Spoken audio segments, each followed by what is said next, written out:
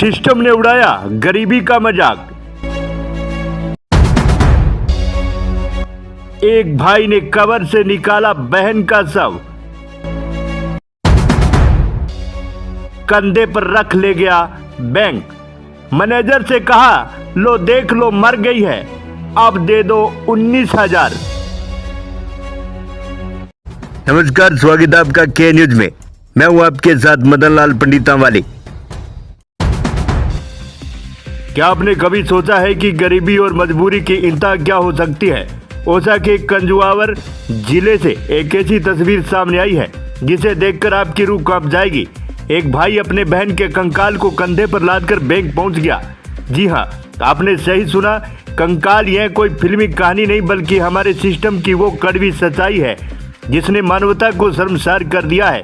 आज बात करेंगे जित्तू मुंडा की, जिनकी बेबसी ने पूरे देश के बैंक और प्रशासनिक सिस्टम पर सवाल खड़े कर दिए हैं।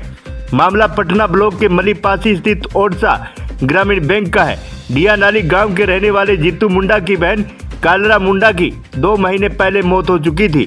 कालरा के बैंक खाते में 19,300 रुपये जमा थे। जित्तू, जो अपनी बहन के इकलौते जीवित रिश्तेदार थे, इस पैसे को निकालने के लिए कई दिनों से बैंक के चक्कर काट रहे थे। उन्हें पैसों की सख्त जरूरत थी, लेकिन बैंक के नियमों की दीवार उनके सामने खड़ी हो गई। बैंक मैनेजर का कहना था, या तो खाता धारक यानी खुद आए या फिर जित्तू लीगल वारिस होने का प्रमाण लेकर आए।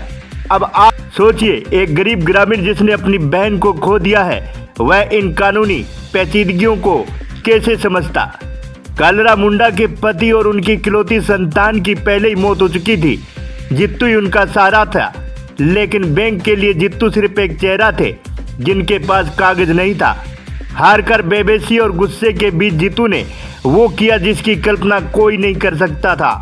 सोमवार को वो शमशान पहुंचे, अपनी बहन के अवशेषों को निकाला और उन्हें कंधे पर लादकर 3 किलोमीटर पैदल चलकर बैंक के दरवाजे पर पहुंच गए। चिलचिलाती धूप में जब जित्तू उस कंकाल को लेकर पहुंचे तो वहां मौजूद हर शख्स स्तब्ध रह गया।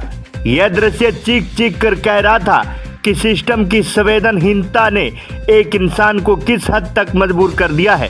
स्थानीय लोगों का गुस्सा बैंक प्रशासन पर फूट पड़ा।